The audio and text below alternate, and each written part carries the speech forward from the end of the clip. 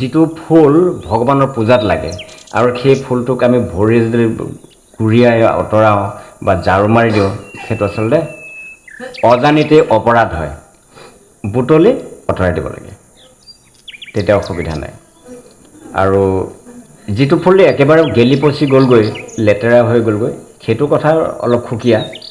কিন্তু পূজাৰ কৰাৰ পিছত যিটো ফুল ৰৈ যায়, সেইটো এই পূজা কৰা ফুলটো যিটো আমাৰ পূজাত লগোৱা হৈ গ'ল, সেইটো ক্ষেত্ৰত কিন্তু শুকানেই হওক বা তজবজিয়াই হওক, তাক কোনোদিনো মানে অমান্য কৰিব নোৱাৰি। সেইটো কিন্তু সদায় শ্ৰদ্ধাৰ পাত্ৰ, সেইটো সদায় আমি ভক্তি কৰিবই লাগিব। ঝাৰু লগাব পৰা নাযাব, গছকিব পৰা নাযাব, গুৰিয়াব পৰা নাযাব। কিন্তু গছৰ তলত যিটো খৰি থাকে, যদি তজবজীয়া ফুল হয় তেতিয়াহ'লে বুটলি আমি আঁতৰাই লৈ তাৰপিছত সাৰিব লাগে, পৰাপক্ষত ঝাৰু লগাব নালাগে। গতিকে এইবিলাক হ'ল ফুলৰ বিষয়ে আমি জানিবলগীয়া বিষয়। আৰু ঢেৰ আছে, সেইবিলাক ফুলৰ বিষয় যেতিয়া ওলাব তেতিয়া কোৱা যাবই। আজি অন্য বিষয় এটা লৈ যাওঁ। হৰে কৃষ্ণ। জান আৰোহ হইয়া কিংবা চৰণে পাদুকা ধাৰণ পূৰ্বক ভগবত মন্দিৰে গমন, মানে চৰণে পাদুকা মানে ভৰিত চেণ্ডেল লৈ নামঘৰত বা মন্দিৰত প্ৰৱেশ কৰা নিষেধ। যদি কোনোবাই তেনেকৈ বলপূৰ্বক সোমাইছে মইমতালি কৰি, তেতিয়াহ'লে অপৰাধ হ'ব। গতিকে ভৰিত চেণ্ডেল লৈ নামঘৰত বা মন্দিৰত সোমোৱা নিষেধ। এইবিলাকৰ পৰাই আমাৰ বিভিন্ন লেঠা লাগে কিন্তু, আৰু যিটো লেঠাই পিছত গৈ মানে হাহাকাৰ লাগি যায়গৈ। দেৱোৎসৱ প্ৰভৃতি অদৰ্শন, আৰু যদি কিবা মানে উৎসৱ আদি থাকে, উৎসৱ আদি থাকিলে তাত আমি গৈ কি কৰিব লাগে, পৰাপক্ষত দৰ্শন কৰিব লাগে। ধৰি লওক আমাৰ ইয়াত দৌল উৎসৱ পতা হৈছে, ঝুলন যাত্ৰা পতা হৈছে, ৰথ উৎসৱ পতা হৈছে, তেতিয়া আহি অন্ততঃ দৰ্শন কৰিব লাগে।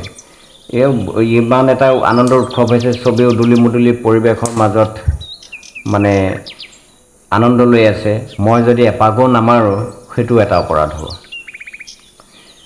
দেৱতাদিৰ পুৰুভাগে প্ৰণতি না কৰা, আমি ধৰি লওক দেৱ মন্দিৰত আহিলোঁ, নামঘৰলৈকে হৰি মন্দিৰলৈকে বা কোনো এটা দেৱালয়লৈ গ'লোঁ, মন্দিৰলৈ, দেৱতাৰ মন্দিৰেই হওক ভগৱানৰ মন্দিৰেই হওক, তাত যদি গ'লোঁ তেতিয়া কিন্তু প্ৰণাম কৰিব লাগে। প্ৰণাম নকৰিলেও অপৰাধ হয়। কাটি দে এইটো। অশিষ্ট কিংবা অশোচাৱস্থাই ভগৱত দৰ্শন প্ৰভৃতি, আৰু পৰাপক্ষত এইটো এটা সমস্যা চলি আছে। এইটো কি কৈছে, অশৌচ মানে কিবা মানে আমাৰ যিটো এতিয়া চোৱা লগা বুলি কয়, এই চোৱা লগা অৱস্থাত পৰাপক্ষত এই সমস্ত ঠাইলৈ অহা নিষেধ, আৰু পৰাপক্ষত চুব নালাগে, আনকি দৰ্শন কৰাও কৈছে এইটো অনুচিত। এই অৱস্থাই আহিবই নাপায়। সেইকাৰণে আমি বিশেষকৈ যিসকলৰ এনে অসুবিধা আছে তেখেতসকলে ইয়াত অহাটো অনুচিত। এইটো আমি আগৰ পৰাই বাৰণ কৰি আছোঁ। উচ্ছিষ্ট মানে কি, খোৱা বোৱা কৰিলে হাত পাত নোধোৱাকৈ আহি পেলাই ডাইৰেক্ট মানে মণ্ডপত প্ৰৱেশ কৰিলে সেইটোও নহ'ব। হাত পাত ধুই পা পৰিষ্কাৰ হৈ তাৰ শুদ্ধ শান্তি হৈ তাৰপিছতে আহি পেলাই প্ৰৱেশ কৰিব পাৰে। এতিয়া চাওক, এইখিনিতে কথা ওলাইছে, আমাৰ এই যে বৰ্তমান যিটো মানে অনুষ্ঠান চলি আছে, এই অনুষ্ঠানটোত প্ৰথমে আমি কি কৰি লৈছিলোঁ, এটা ধ্বনি দি লৈছিলোঁ। ধ্বনি দিয়াৰ উদ্দেশ্য কি, আমি ভকতসকল আগতে আহি ভগৱানক যা যোগাৰ কৰিলে ভগৱানক আহ্বান কৰি লৈছে। ধ্বনিটোৱে ভগৱানক জাননী দিয়া হৈছে কি, যে প্ৰভু তুমি য'তেই নাথাকা আহি আমাৰ মাজত আৱিৰ্ভাৱ হোৱা, আমি এতিয়া তোমাৰ উপস্থিতিত কি কৰিম, তোমাৰ নাম গুণ শ্ৰৱণ কীৰ্তন কৰিম। গতিকে ভগৱান আহি এইখিনি ঠাইত হাজিৰ হ'ল। অদৃশ্য, আমিতো ভগৱান দেখাৰ ভাগ্য আমাৰ হোৱা নাই। চৰ্ম চকু, জ্ঞানৰ চকু দিয়ে চাব পাৰি, কিন্তু জ্ঞানৰ চকুত আমাৰ হোৱাই নাই। সেইটো কাৰণে আমি ভগৱান দেখা নাপালোঁ। সেই বুলি ইয়াত ভগৱান নাই বুলি যদি আমি ভাবোঁ, সেইটো হ'ল আৰু এটা অপৰাধ। ধ্বনি দিয়াৰ পিছত ভগৱান এইখিনি ঠাইত আছে বুলি আমি ধৰি ল'ব লাগিব। ইয়াত অনাচাৰ কৰাটো অনুচিত। ভগৱানৰ ওচৰত যদি আমি অনাচাৰ কৰোঁ তেতিয়াহ'লে কিন্তু তাৰ চাজাটো বেলেগ হ'ব, এইটো অপৰাধ হ'ব।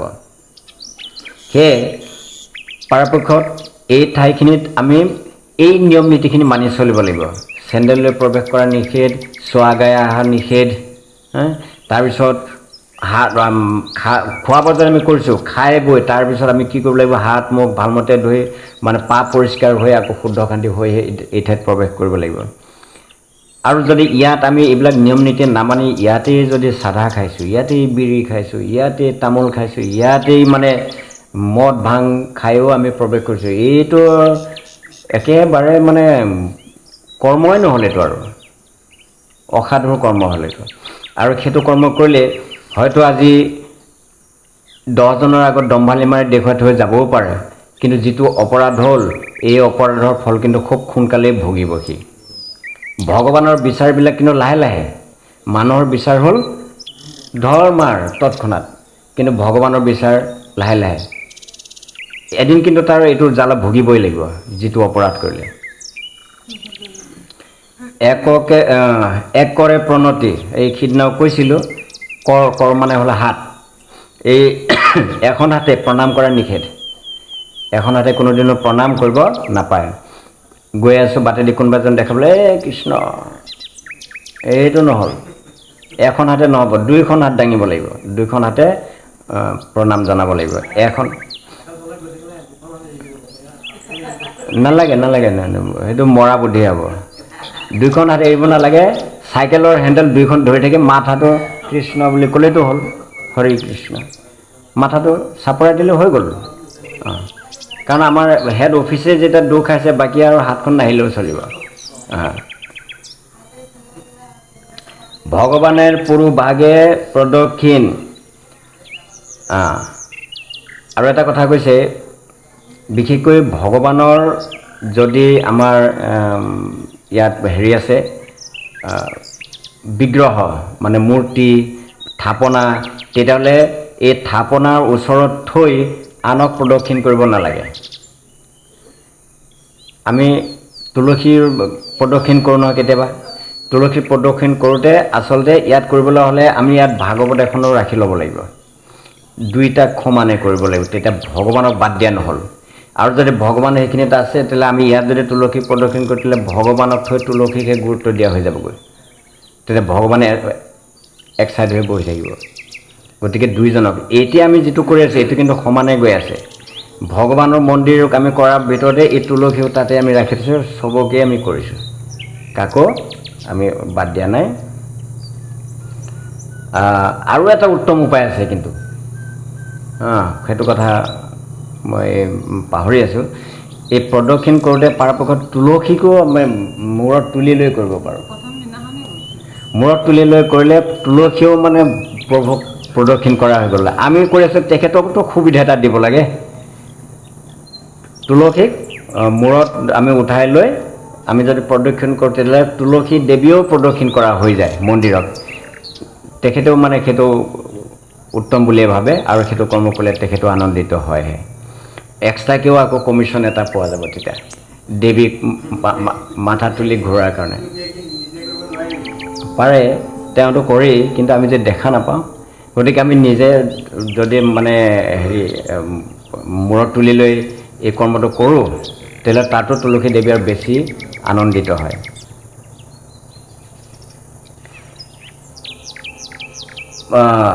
তদগ্ৰে পাদ বিস্তাৰ, শব্দবিলাক কেনেকুৱা শুনায়, তদগ্ৰে পাদ বিস্তাৰ, কি বুজি এই এটা হাঁহি দিলে নহয়। পাদ বিস্তাৰ বুলি ক'লে সি ধৰি ল'লে বেলেগ এটা, নাই এইটো কথা কোৱা নাই।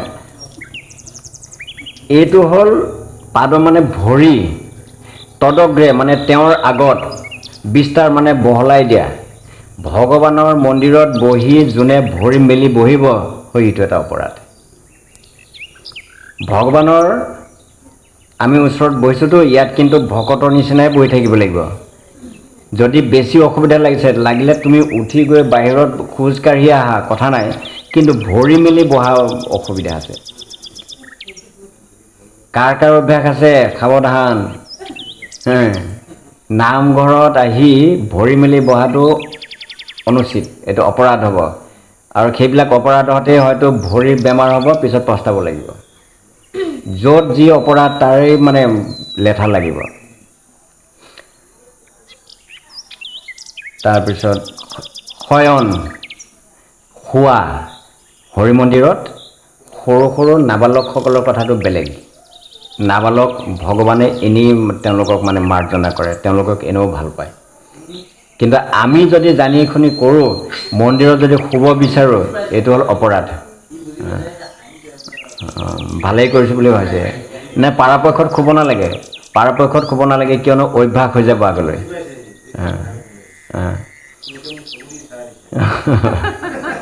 তাৰমানে অসুবিধা নাই।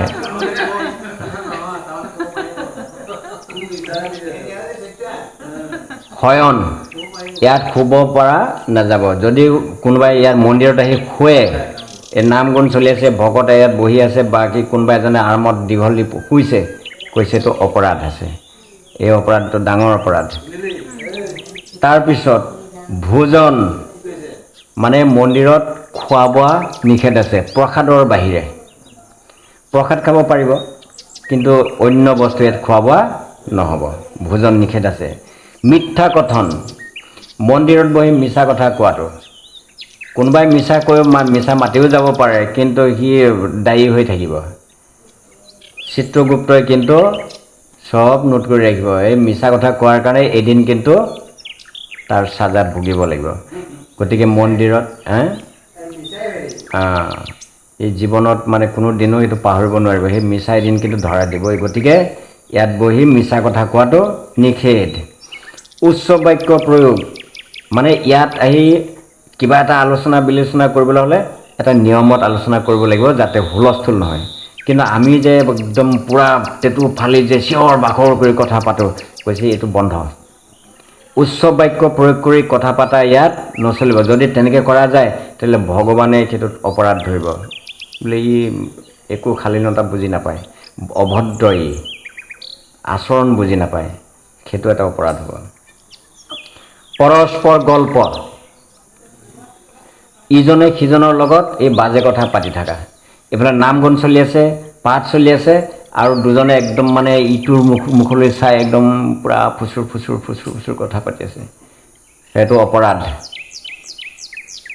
সেইকাৰণে পাঠত আহিলে মনে মনে বহি শুনা উচিত। যদি ইটোৱে সিটোৰ লগত ঘৰুৱা কথা পাতে, কিবা বেলেগ কথাও যদি পাতিছে, দৰকাৰী কথা হ'লেও ইয়াত নহ'ব, পাঠৰ ওপৰতহে গুৰুত্ব দিব লাগিব। যদি কথা পাতে, তেতিয়াহ'লে কি হ'ব? অপৰাধ হ'ব।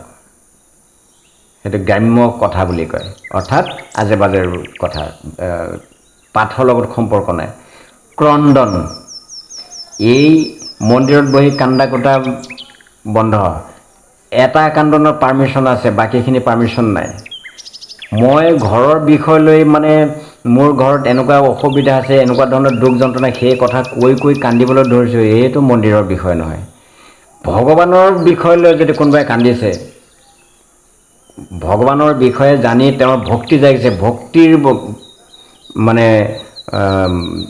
বহিঃপ্ৰকাশ হ'ল কান্দোন। মানুহে আনন্দতো কান্দে কেতিয়াবা, ভগৱানৰ নাম শুনোতে শুনোতে শুনোতে শুনোতে কেতিয়াবা মানুহৰ অন্তৰত মানে দুখ ভাৱ এটা আহি যায়। কাৰোবাৰ আনন্দতে চকু পানী ওলায়, কাৰোবাৰ দুখত চকু পানী ওলায়, সেইটোত অসুবিধা নাই।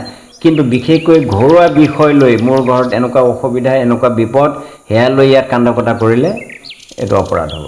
ইয়াত সেইটো বিষয় নহয়, ইয়াত নামহে শুনিব লাগিব। তোমাৰ কান্দাৰ কাৰণে আৰু 10জনৰ অশান্তি হৈছে। এতিয়া কি অশান্তি? এইফালে পাঠৰ বিষয়ত বা গান বাজানৰ মানুহক গুৰুত্বই নাই, কেৱল গুৰুত্ব দি আছে সেই মানুহজনলৈহে। কি হৈছে তাৰমানে? আমাৰ মানুহৰ আগত সেই স্বভাৱটো বেছিহে। যদি কিবা এটা কোনোবাই ক'লে, তেতিয়াহ'লে পাঠৰ বিষয় ক'ৰবাতে থাকিব, তেওঁ সেইটোতহে গুৰুত্ব দিব। কি হৈছে তাৰমানে? মানুহজনে কিয় কান্দিছে? কোনে কি কৰিলে? এনেধৰণৰ চব প্ৰশ্ন নিজে নিজে মানে আহি থাকিব মনলৈ। গতিকে সেই কান্দা কটা নামঘৰত বন্ধ। মানৱৰ প্ৰতি নিষ্ঠুৰ বাক্য উচ্চাৰণ, আৰু ইয়াত বহি এজনে আনজনক, আমাৰ কিন্তু ভকতৰ মাজত কিন্তু বৰ ভাল স্বভাৱ আছে, ইয়াতেই কাজিয়া পেচাল লাগি মানে নক'বলগীয়া কথাও কৈ দিব। বেয়াও আহিবহে, কেঁচা পকা চব ওলাই যায়গৈ মুখৰ পৰা। এইটো কিন্তু আচলতে অনুচিত। ইয়াত মানে সেইটো বাক্য উচ্চাৰণ কৰিব নাপায়। নিষ্ঠুৰ বাক্য উচ্চাৰণ কৰিলেও মানে এজনে আনজনৰ লগত অকণমান কিবা এটা বিষয় লৈ যুক্তি তৰ্ক লাগি মানে একদম পূৰা দমাদমি লাগি গ'লগৈ। এইটো আপোনাৰ ভূত পিশাচৰ চৰিত্ৰ। এইটো ভগৱানে কিন্তু তাৰ বিচাৰ বেলেগ ধৰণে কৰিব। ইয়াত আৰু এটা কথা কৈছে কি, কম্বল উৰি অহা, কম্বল আৱৰণ, অৰ্থাৎ কম্বল ঘৰৰ পৰা কোনোবা যদি উৰি আহে বোলে ঠাণ্ডা দিন আজি বৰষুণো পৰিছে, কম্বলকে উৰি যাওঁ। কম্বল নহ'ব, অন্য ল'ব পাৰে, স্কাৰ্ফ ল'ব পাৰে, চুৱেটাৰ পিন্ধি আহক বা অন্য গৰম কাপোৰ আৰু কটা আছে, চাদৰ তাদৰ ৰাখিবলৈ ল'ব পাৰে, কিন্তু কম্বল উৰা নিষেধ আছে। কম্বলত বিশেষকৈ দেখা যায় নোম থাকে, চুলি জাতীয় বস্তু থাকে। গতিকে সেই বস্তুটো কিহৰ, ম'হৰে নোম নে, ভেড়াৰে নোম নে, ছাগলীৰে নোম নে, এইটোতো আমি ক'ব নোৱাৰোঁ। এক নম্বৰ কাৰণ হৈছে মানে কম্বলটোত মানে এই কিবা চুলি বা নোম, ছাগলী ভেড়াৰ নোম জাতীয় বস্তু থাকে। কম্বলটো এনেকুৱা নাই, এটা ৰহস্য আছে। অনিবেদিত দ্ৰব্য ভোজন, অনিবেদিত যিটো নেকি ভগৱানক নিবেদন কৰা হোৱা নাই তেনেধৰণৰ আহাৰ যদি আমি ভোজন কৰিছোঁ, সেইটো এটা অপৰাধ। তেতিয়াহ'লে কিন্তু কম বেছি পৰিমাণে কিন্তু আমি সদায় অপৰাধহে কৰি আছোঁ। একো যিসকলে যিকোনো বস্তু খাওঁতে এবাৰ ঈশ্বৰৰ নাম লয়, এবাৰ গুৰুৰ নাম লয়, শ্ৰী গুৰু বুলি কৈ হ'লেও তেওঁ মুখত দিয়ে, সেইটোৱেই নিয়ম। আগত গুৰুক দিব লাগিব, তাৰপিছতে নিজে খাব লাগিব। কিন্তু আমাৰ মানুহেতো আৰু ছাগলী ভেড়াই খোৱাৰ নিচিনা খালি পাইছে লপককৈ গিলি থৈ দিছে। নিবেদন কৰি খাব লাগিব, গুৰুৰ নাম লৈ অন্ততঃ খাব লাগিব। নহ'লে এইটো গুৰুৰ নাম লৈ বা কৃষ্ণৰ নাম লৈ খালে এইটো প্ৰসাদ হয়, আৰু এইটো কিন্তু প্ৰসাদ নহ'ল, এইটো হেৰিয়ে হ'ল, দানা ভোজন, এইটো ভোজন কৰাই হ'ল। সেইকাৰণে অনিবেদিত দ্ৰব্য ভোজন যদি কোনোবাই কৰিছে তেতিয়াহ'লে এইটো অপৰাধ হয়, পাপ হয় বুলি কৈছে। সেইটোত পাপ জড়িত থাকে। যে কালে যে ফল জন্মে তৎ সমস্ত অপ্ৰদান। এতিয়া ফল মূলৰ দিন আহিছে, এইটো যিটো ছিজনত যিটো ফল মানে হয়, সেই ফলটো আমি খোৱাৰ আগতেই অন্ততঃ এটা ভগৱানৰ নামত দি ল'ব লাগে। তাৰপিছত তুমি খাই থাকা গোটেই মাহটো, অসুবিধা নাই। কঁঠালৰ ছিজন, কঁঠাল হৈছে, প্ৰথম কঁঠালটো ভগৱানৰ নামত আমি প্ৰসাদ দিব লাগে। লেচু লাগিছে, লেচুকো আমি ভগৱানৰ নামত দি ল'ব লাগে। বোলে তেতিয়াহ'লে ইমান লেচু আমি ক'ত পাম, আমাৰতো গছেই নাই, কিনি আনিম মাত্ৰ 20টা, আকৌ ইয়াক ভগৱানৰ নামত দিম। আৰে ভগৱানক দিলে ভগৱানে খাব নেকি? আসনত দুই এটা দি পেলাই ভগৱানৰ নামত আমি দিলোঁ, বাকীখিনিতো আমি খালোৱেই। আৰু যিটো আমি আসনত দিছোঁ সেইটোকোতো আমি খাব পাৰোঁ, প্ৰসাদ হৈ গ'ল। তো অসুবিধা কোন জেগাটোত? কাৰোবাৰ ঘৰত বোলে, মোৰ ঘৰত বেল গছ আছে, বেল মানে পকিছে, তুমি বেলকো তুমি প্ৰথম যিটো বেল, সেই বেলটোকে তুমি ঈশ্বৰৰ নামত দিয়া, তাৰপিছত তুমি গোটেই গছৰ বেল খাই থাকা, অসুবিধা নাই। সেইকাৰণে কৈছে, যে কালে যে ফল জন্মে তৎ সমস্ত অপ্ৰদান যদি কৰা হয় সেটা অপৰাধ, পাপ। আৰু এটা কথা, এইটো হ'ল আমাৰ এই মন্দিৰৰ ভগৱানেৰ দিকে পৃষ্ঠ ৰাখিয়া উপবেশন। ভগৱান আছে এইফালে আমাৰ, হয়নে? আমি যদি এইফালে পিঠি দি সেইফালে ঘূৰি বহোঁ, কৈছে এইটো এটা অপৰাধ, সাৱধান। আচ্ছা, এইখিনিত এজন মানুহ বহিলে, মই এটা ভুল, যিটো আমি ভুলটো ভাঙি দিছোঁ। যদি ভগৱান আমাৰ সেইফালে আছে, আমিতো সেইফালে চাই বহিব লাগিব, বা এনেকৈ মুখামুখি বহিলে, কিন্তু খালি পিঠি দি বহিব নালাগে, হয়? যদি আমি পিঠি দি বহোঁ তেতিয়াহ'লে কিন্তু আমাৰ কি হ'ব, অপৰাধ হ'ব। আচ্ছা, ইতিমধ্যে আমি এটা পাথৰত বহিলোঁ, বহাৰ পিছত এজন ভকতে এইখিনি বহিলে। এই ভকতজনে ভাবিলে যে এইফালে বাকী ভকত এইফালে আছে, মই যদি সিটো চাইডে মুখ কৰি বহোঁ তেতিয়াহ'লে ভকতৰ মুখেই দেখা নাপামচোন। গতিকে তেখেতে আকৌ এইফালে ঘূৰি বহিলে। এইটো অপৰাধ হ'বনে নহ'ব? জানা দৰকাৰ আছে কিন্তু। না, পিঠি সেইফালে পৰিবই, কাৰণ এইফালে ভকতৰ ফালে মুখ কৰি বহিছে তেওঁ। এতিয়া তেখেতো অপৰাধ হ'বনে নহ'ব? এইটো অপৰাধ নহ'ল, সেইটো অপৰাধ নহ'ব। কিয় নহ'ব? এতিয়া আমাৰ সেই বস্তু থাকিব লাগিব। এতিয়া বৰ্তমান ভকত ক'ত আৰু ভগৱান ক'ত? ভগৱান কিন্তু ভকতৰ মাজত আছে। আমি যে ধ্বনি দি ল'লোঁ ভগৱান কিন্তু তাত নাই। এতিয়া মন্দিৰৰ ভিতৰত ভগৱান কিন্তু আমাৰ মাজতহে আছেহি। এই যে আমি এই তেখেতৰ যে আলোচনা কৰিছোঁ ভগৱান ইয়াতেই আছে, কিন্তু আমি চকুৰে দেখা নাপাওঁ কাৰণে আমাৰ অনুভৱ নহয়। ভগৱান কিন্তু এতিয়া ভকতৰ মাজতহে আছে। নাৰদে গৈ পেলাই কৈছিলে, প্ৰভু মই স্বৰ্গ মৰ্ত্য পাতাল তিনি লোকত ঘূৰি ফুৰোঁ, য'তেই গৈ পেলাই আপোনাক মাত দিওঁ ত'তেই দেখা পাওঁ। বিষয়টো কি? আপুনি থাকে ক'ত আচলতে? য'তেই মাতো ত'তেই ওলাই গৈ বোলে আপুনি এইটো এনে হেৰিতহে বৈকুণ্ঠতে থাকে, আকৌ তাত গৈ কেনেকৈ ওলাই গৈ পাতালপুৰীত? কোন সময়ত যায়, কেনেকৈ যায়? বোলে এই নাৰদ তুমি বুজি নাপাবা এইটোৰ মহিমা, এইটোৰ ভিতৰত কি আছে তুমি এইটো বুজি নোপোৱা, সেইকাৰণে সুধিছা যে মই বৈকুণ্ঠতো নাথাকোঁ মন্দিৰতো নাথাকোঁ বুলি কৈছে। বৈকুণ্ঠতো নাথাকোঁ, মন্দিৰতো নাথাকোঁ, বা ডাঙৰ বিল্ডিং ঘৰতো নাথাকোঁ। মই থাকোঁ য'ত নেকি ভকতৰ আগমন ঘটে। চব ভকতে যেতিয়া এক লগ হৈ মোৰ নাম গুণ শ্ৰৱণ কীৰ্তন কৰে, গীতা ভাগৱত পাঠ কৰে, মই ত'তহে থাকোঁ। সেইটো মোৰ স্থান। ভকতে য'ত নাম গুণ শ্ৰৱণ কীৰ্তন কৰে, মোৰ বিষয়ে যেতিয়া গুণানুকীৰ্তন কৰে, মই তাতহে থাকোঁ। আৰু এঠাইত থাকোঁ ক'ত? ভকতৰ হৃদয়ত। যিজন সত্য শুদ্ধ পথত থকা ভকত, সেইজনৰ অন্তৰতহে মই থাকোঁ। আৰু তুমি মন্দিৰত বিচাৰি গ'লে মোক ক'ত পাবা? যদি মন্দিৰত আহিলে ভগৱান সঁচাকৈ পোৱাই যায়, তেতিয়াহ'লে মন্দিৰত আহি আমি এই অপকৰ্মবিলাক কিয় কৰি থাকোঁ? আজি ইমান দিনে মন্দিৰত আবদান কৰিছোঁ, অথচ এটা বেয়া স্বভাৱ আজিলৈকে শুদ্ধ নহ'ল। হৈছে জানো শুদ্ধ কোনোবাই? এজন মানুহে আজিলৈকে তাৰ নিজৰ যিটো বেয়া চৰিত্ৰ আছে সেইটো আজিলৈকে এৰিব পৰা নাই। কি? হিংসা নিন্দা কোনোবাই এৰিব পাৰিছে নেকি? অত দিন আমি নামঘৰত আবদান কৰিলোঁ, কিন্তু আমাৰ অন্তৰত এই ভাৱটো আজিলৈকে পৰিষ্কাৰ হোৱা নাই।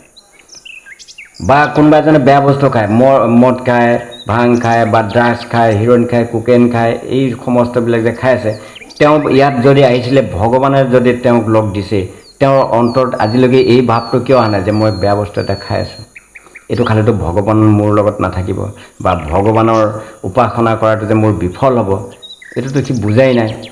সেইকাৰণে নামঘৰত ভগৱানে কৈছে মই নামঘৰতো নাথাকোঁ, মই থাকোঁ সত্য শুদ্ধৰ পথত থকা যিটো পবিত্ৰ অন্তৰ যাৰ আছে, মই তাৰ অন্তৰতহে থাকোঁ। আৰু ক'ত থাকোঁ? য'ত ভকত বৈষ্ণৱ লগ হৈ মোৰ বিষয়ে গুণানুকীৰ্তন কৰে, মই তাতহে থাকোঁ। এই যে আজি আমি ভগৱানৰ বিষয়ে যে যিবিলাক আলোচনা কৰিছোঁ, ভগৱান বৰ্তমান ইয়াত আছে। গতিকে এই ঠাইত আমি কি এইবিলাক মানে আচৰণ কৰিব নালাগে? বিড়ি খোৱা, মদ খোৱা, ইয়াত মদ খাই অহা নিষেধ। কোনোবাই হয়তো ভাবিব পাৰে যে মদ খাই এইবিলাক কৰক, মইচোন মনে মনে কেইবাদিনো মদ খাই গৈছোঁ। ক'ব পাৰে কি মইতো মদ খাই গৈছোঁৱেই, ক'ত আৰু কি হ'ল মোৰ? সি এদিন দুদিন এনেকৈ কৰি মানে সাহ তলাই তলাই সি সেইটো কাৰোবাৰ কৰিয়ে থকা হ'ল। কিন্তু এদিন গৈ পেলাই এনেকুৱা জেগাত ফচিব, সেইদিনাখন তাৰ মানে অৱস্থা নাথাকিব। অপৰাধ। শ্ৰীকৃষ্ণই নিজে এটা উদাহৰণ দেখুৱাই থৈ গৈছেগৈ। যেতিয়া শিশুপালে কৃষ্ণৰ বদনাম গাই আছে, বলোৰামে অলপ পিছে পিছে একদম মানে উচ পিচ কৰি থিয় হৈ উঠে, একদম যাবই শিশুপালক ধৰিবই তাক। কৃষ্ণই কয়, দাদা অকণমান ধৈৰ্য ধৰা, এই গালি মুখহে পাৰিছে, তোমাকতো পৰা নাই। বোলে নাই, তোক গালি পৰা নাই কথাটো ঠিকে, আমাৰ বংশত ধৰি গালি পাৰিছে, আৰু তোক কানাই তোক গালি পাৰে, মই কি বহি শুই থাকিম তাৰ কথা শুনি? তাক এতিয়া মানে পলিচ কৰি পেলাম মই। নাই ৰ'বা অকণমান ধৈৰ্য ধৰা। এনেকৈ কৰোঁতে কৰোঁতে এটা দুটা নহয় 100লৈকে মানে ধৈৰ্য ধৰি থাকিলে। ভগৱানৰ ওচৰত অপৰাধ কৰিলেও এটা অপৰাধত কাকো কিন্তু ফটকৈ শাস্তি নিদিয়ে। এইটো অন্তিমত হ'ব বিচাৰ, সেই বিচাৰতহে তাৰ শাস্তিটো হ'ব। কিন্তু যদি অভাৰটেক কৰি 100 পাই গ'ল, তেতিয়া কিন্তু কাকো নেৰিব। শিশুপালক কৈছে যে শিশুপাল, তোৰ মাৰৰ লগত মই জবানবন্দী হৈ আছোঁ। তোৰ যেতিয়া জন্ম হৈছিলে, জন্ম হওঁতে বাৰ দিয়া আছিলে, আকাশবাণীত কৈছিলে যে যিজন মানুহে দেখিলে, শিশুপালৰ কিন্তু হাত 4খন আছিলে, জন্মতে শিশুপালৰ হাত 4খন, আৰু দৈৱবাণী হৈছে যে যিজন মানুহক দেখাৰ লগে লগে তাৰ দুখন হাত সৰি যাব তাৰ হাততে শিশুপালৰ মৰণ হ'ব। বহুত মানুহ আহিছে দেখিছে, কিন্তু একো নহ'ল। শ্ৰীকৃষ্ণ গৈ পোৱাৰ লগে লগে তাক দেখাৰ লগে লগে তাৰ দুখন হাত সৰি গ'ল নহয়। মাকে গম পাই গ'ল, তেতিয়াহ'লে এই কৃষ্ণই মানে শিশুপালৰ মানে বধ কৰোঁতা, ইয়াৰ হাততেই মৰিব শিশুপাল। তেতিয়াই কৃষ্ণ কৈছিলে, কৃষ্ণ চা, তোৰ হাতত যে ইয়াৰ মৃত্যু আছে মই গম পাই গ'লোঁ, কিন্তু এটা ঘটনা, মোৰ এটা অনুৰোধ ৰক্ষা কৰিবি। তই তাক মানে অলপ ক্ষমা কৰি দিবি। সিটো উৎপতীয়া হ'ব আৰু উৎপাত ইতিমধ্যে তাৰ লক্ষণে কৈয়ে আছে। সি কিন্তু অলপ বেবিচাৰীও হ'ব। গতিকে সি যিমানেই যি নকৰক অকণমান মোৰ মুখলৈও চাবি, কাৰণ হাজাৰ হ'লেও মাকৰ অন্তৰটো। গতিকে মানে ল'ৰাক বচাবৰ কাৰণে কৃষ্ণ গৈ পেলাই খাটনি ধৰিছে। তেতিয়া কৃষ্ণই জবান দিছিলে বোলে, চিন্তা নকৰিবা, মই 100 অপৰাধলৈকে ক্ষমা কৰিম তাক, এটা দুটাত মই একো কাণখাৰ নকৰোঁ। কিন্তু 100 পাৰ হৈ যদি 101 হৈ যায় তেতিয়া ৰক্ষা নহ'ব। আৰু সেই সুবিধাটো ল'লে কোনে? শিশুপালে। মানে যিহেতুকে কৃষ্ণৰ মানে কথা দি থৈছে 100লৈকে অপৰাধ ক্ষমা কৰিব, গতিকে সি মানে একদম যা ইচ্ছা সেয়াই কৰা হ'ল। কৃষ্ণক মানে বিভিন্ন ধৰণে অপমান, ভৰা সভাৰ মাজত কৃষ্ণক অপমান যেতিয়া কৰে, তেতিয়া শিশুপালক মানে কৃষ্ণই সোঁৱৰাই আছে যে, শিশুপাল তোৰ প্ৰায় সময় চাপিছে আৰু হিচাপ কৰি কৰি গৈ আছে। 1ৰ পৰা আৰম্ভ কৰি মানে 80, 81, 82 এনেকৈ গৈ গৈ 90, 91, 92 কৈছে। শিশুপাল এতিয়াও সময় আছে, 100 পাৰ হ'লেই কিন্তু আৰু ৰক্ষা নহ'ব। নাই, যোনে এবাৰ পাপ কৰে তাৰ পাপৰ প্ৰতি হেৰিটো বেছি জন্মে। আৰু এজন মানুহে, মই অলপ আগত ক'লোঁ নহয়, এজনে হয়তো মদ ভাং খাই নামঘৰলৈ আহিছে, আমি কোৱাৰ পিছতো সি গুৰুত্ব দিয়া নাই। কিয়নো কালিচোন মই খাই গৈছিলোঁ, মোৰচোন একোৱেই নহ'ল, তেতিয়াহ'লে ইয়াতে কি আছে আৰু। সি সদায় আহলে এই এনেকৈ কৰোঁতে কৰোঁতে যেতিয়া 100 পাৰ হ'ব সেইদিনাই কিন্তু সি চেটে। কি অমংগলে দেখা দিব তাৰ এইটো কোনো ক'ব নোৱাৰে। গতিকে আমি পৰাপক্ষত শাস্ত্ৰৰ বাক্যবিলাক আখৰে আখৰে পালন কৰিবলৈ চেষ্টা কৰিব লাগে। সেইটোৱে হ'ল ভকতৰ জ্ঞান। সেইকাৰণে ভগৱানে কৈছে যে, য'ত মোৰ ভক্তই মোৰ মানে নাম গুণ শ্ৰৱণ কীৰ্তন কৰে, গীতা ভাগৱত অধ্যয়ন কৰে, আনন্দ উপভোগ কৰে, মই তাতহে থাকোঁ। গতিকে এনে ঠাইত আমি এইবিলাক অনাচাৰবিলাক কৰিব নালাগে। অনাচাৰ কৰিলে কিন্তু ক্ষতি নিজৰ হ'ব। আৰু এটা কথা কৈছে, কিন্তু এইটো এটা আমাৰ মানুহে মানে অপ্ৰিয় বুলি ধৰি ল'ব, কিন্তু সেইটোৱেই সত্য। কি কৈছে? ভগৱানেৰ পুৰোভাগে অপৰকে অভিবাদন। এটা ভগৱান আছে হয়নে? আমি ভগৱানৰ মন্দিৰত আছোঁ, ভগৱান আছে। এই ভগৱানৰ আগত এজনে, আমাৰ দুজন ভকত লগ লাগিলে, এজনে আনজনক আমি নমস্কাৰ দিলোঁ। কৈছে নমস্কাৰ তুমি দিব পাৰিবা বাহিৰত, কিন্তু মন্দিৰৰ ভিতৰত, চৌহদৰ ভিতৰত এজনে আনজনক নমস্কাৰ দিয়াটো অপৰাধ আছে। কাৰণ ভগৱানক থৈ আমি বেলেগক এইখিনি ঠাইত আৰু কাকো নমস্কাৰ দিয়া উচিত নহয়।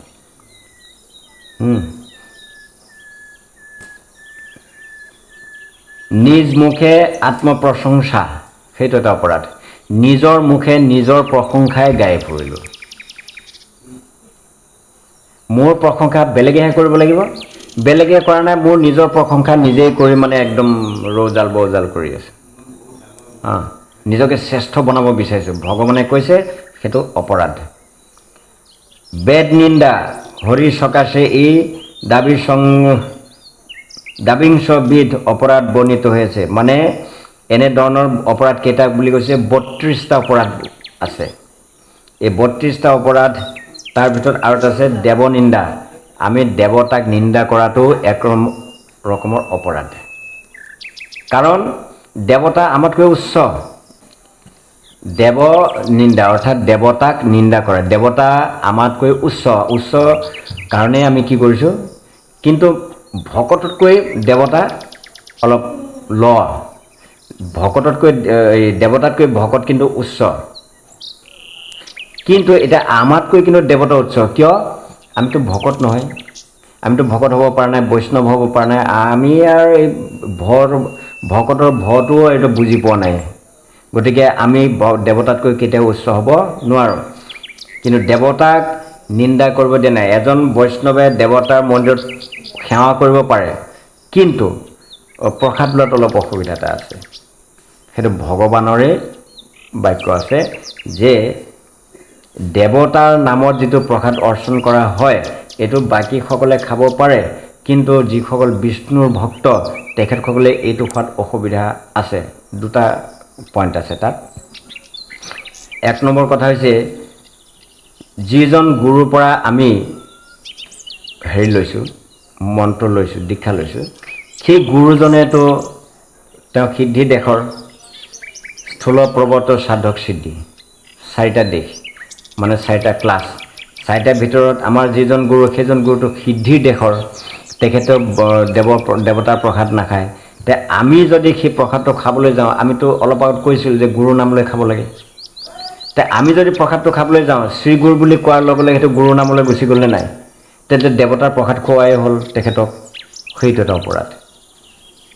গতিকে সেইটো কাৰণে আমি যিহেতুকে শ্ৰী গুৰু বুলি কৈ খাব লাগে, সেইকাৰণে আমি মানে দেৱতাৰ প্ৰসাদ লোৱাত অসুবিধা আছে। নহ'লে আমি খাবলৈ যোৱাৰ আগতে প্ৰসাদটো গুৰুৰ নামত দিলোঁ, গুৰুৱে কিন্তু দেৱতাৰ প্ৰসাদ আচলতে নাখায়। গতিকে আমি মানে জোৰ জবজ কৰি খোৱাৰ নিচিনা হ'ল, সেইটো অপৰাধ হ'ব। আৰু 2 নম্বৰ কথা হৈছে কি, শাস্ত্ৰত আছে ভগৱানৰ যিটো অৰ্চন কৰা প্ৰসাদ, সেইটোহে দেৱতাৰ ভক্তই খাব পাৰে, কিন্তু দেৱতাৰ নামত অৰ্চন কৰা প্ৰসাদটো কিন্তু ভকতে খাব নোৱাৰে। কাৰণ কোনোবাই গুৰু নাম হ'লেও লৈছে, কৃষ্ণ নাম হ'লেও লৈছে।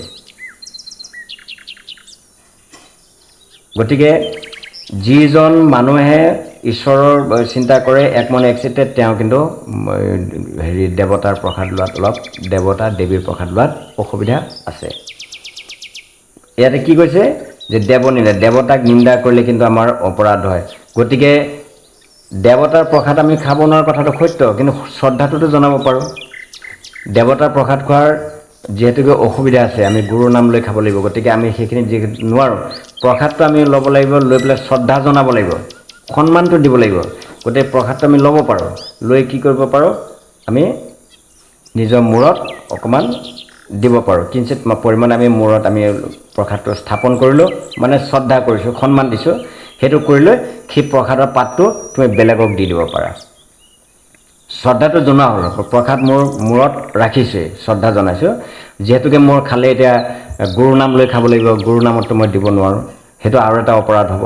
গতিকে এই পাতখিলা তুমি হাতত লৈ প্ৰসাদটো মূৰত লৈ সেই পাতটো আকৌ ওচৰত যিজন আছে তেখেতক দি দিলেই হ'ল, তেখেতে খাব। সেইটো অসুবিধা তেতিয়া নাথাকে কোনো। এতিয়া মনসা মন্দিৰেই হওক, শিৱ মন্দিৰেই হওক, আমি গৈ সেৱা এটা কৰিব পাৰোঁ, অসুবিধা নাই।